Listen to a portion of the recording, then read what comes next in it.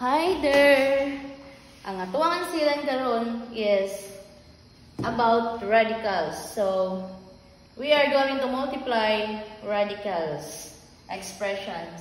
So, we have here square root of 2 multiplied by square root of 5 is, observe, since pareha sila of radical symbol, di ba? Ilang index.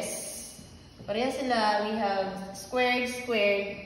So, sayo na kayo siya. Ang atong buhaton, kay kopyaon na ito na yung symbol.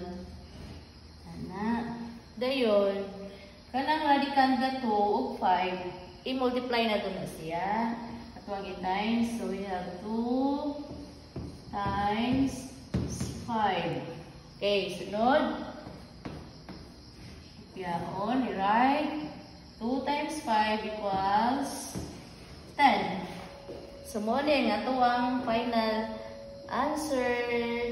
And that's all for this video. See that?